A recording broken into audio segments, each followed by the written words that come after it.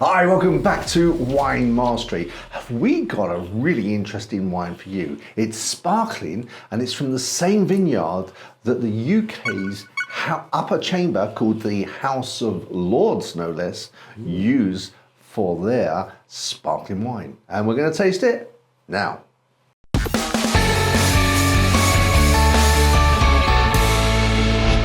Okay, so let us first of all show you the bottle and the label. Here we are. So I'm going to have a go at translating Buvez l'Adobe Sumer Brut.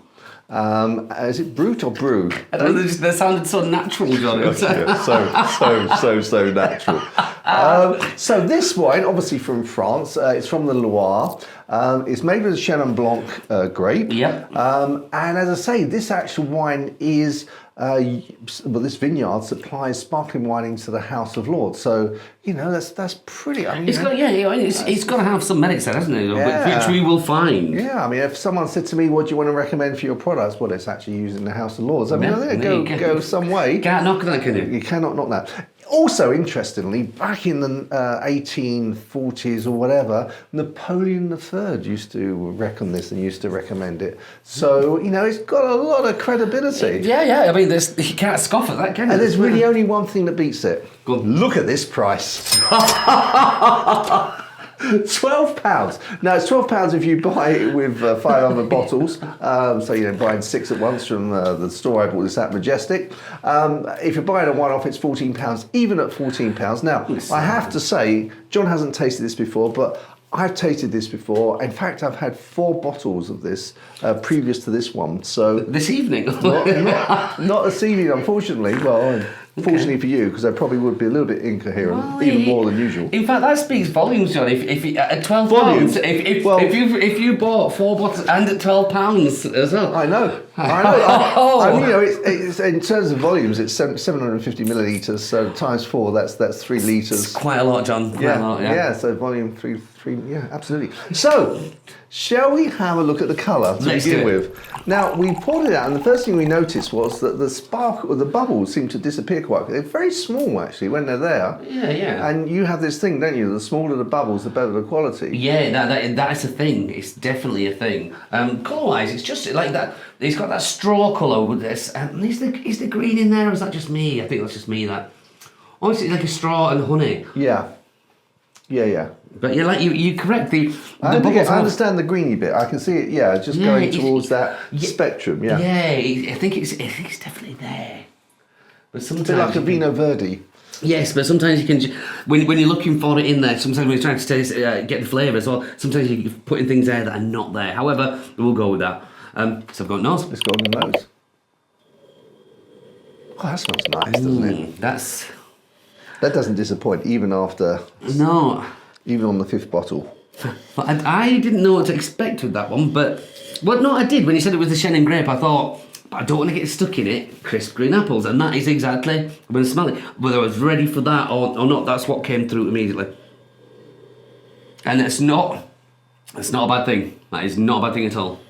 It's just nice. It's something else that's quite smooth though, because crisp green apples can make it sort of sound like it's going to be quite acidic, but it hasn't got that sort of acidic note to it. No, like, sometimes we've said this before, or sometimes you can smell the wine and know what it's going to taste like. Sometimes, and like you say, that doesn't have that. Sometimes I can smell it, especially sparkling wine, because the sparkling for me are definitely known for having that acidity in there, being very sharp.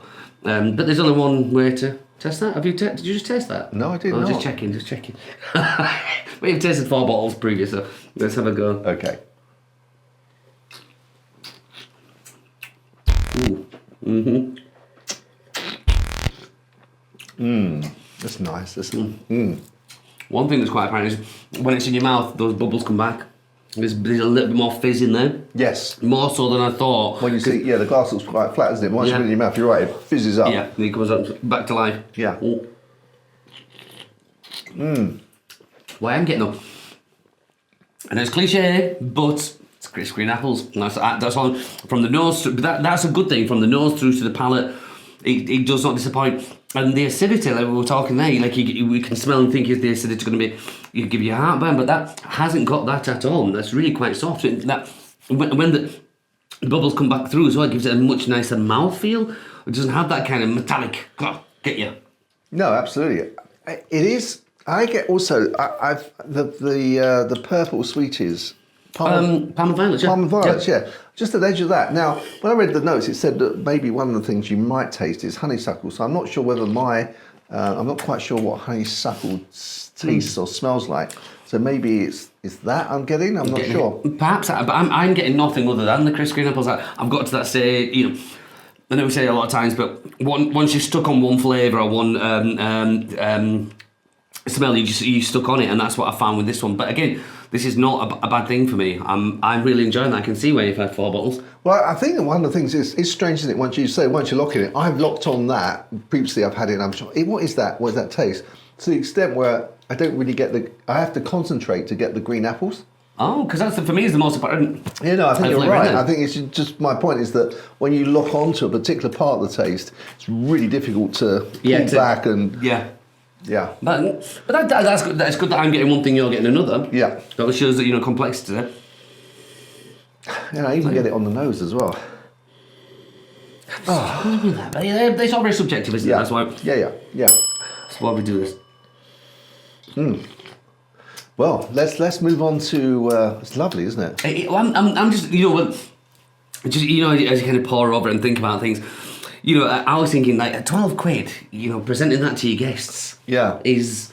Yeah, I think also presenting your guests. Oh, this is the sparkler used in the House of Lords. That's even if you're not in this country, just. Yeah, well, I'm trying to think how that's like because we have to compare it to a champagne, don't we?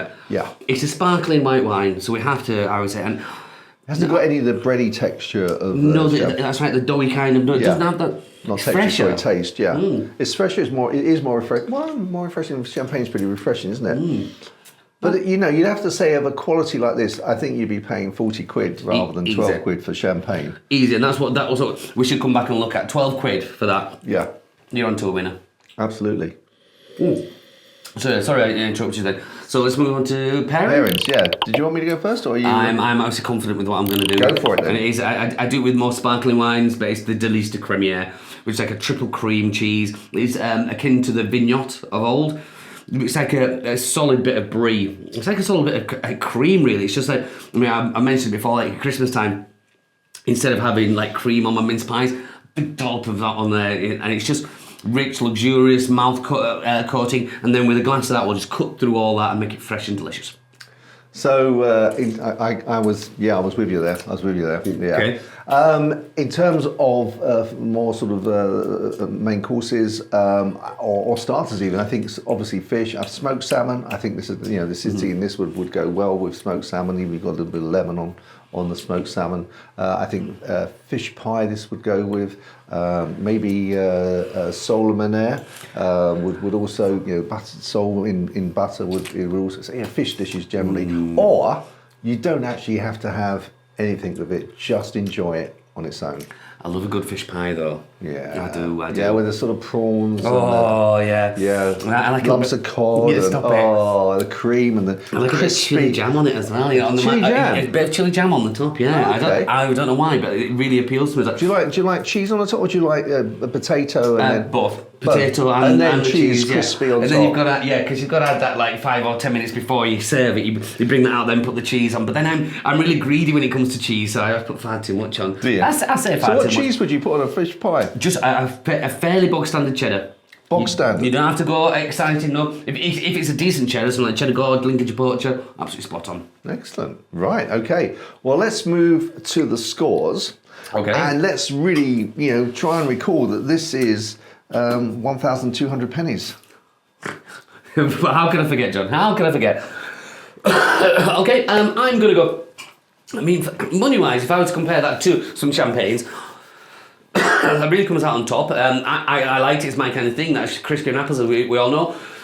12 quid a bottle. I'm gonna give a generous. And I'm gonna go 92.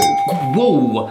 I said 85. But then again, I can get it. I understand. You've had 4 bottles. It just, I really do like it. That's a really good score, John. It is a really good. Actually, because I was thinking I was going to go 90, and then I thought, well, no, actually, if I hadn't have had this before, and it was the first time of tasting, I would have gone 92. And I just think that it's such. I mean, part of the reason for 92 is it's £12 a bottle. Well, that's a big part of the reason. I mean, that's we always take that into account. Yeah, when you're talking, you could have 3 of these for the equivalent bottle of champagne of the same sort of quality. That's I definitely get that. No, I'm thinking fair score-wise there. Excellent. Okay, guys. Well, if you've got a sparkling wine that you really enjoyed and you want to draw to our attention, please comment below or give us an email. Let your friends know about this, and please, also subscribe. It helps the old algorithm find us, and therefore more people find us. So until the next time, guys, when we hope we'll find such another pleasant wine as cost-effective as this one. It's always cost-effective. So until next time. Chin chin. Chin chin.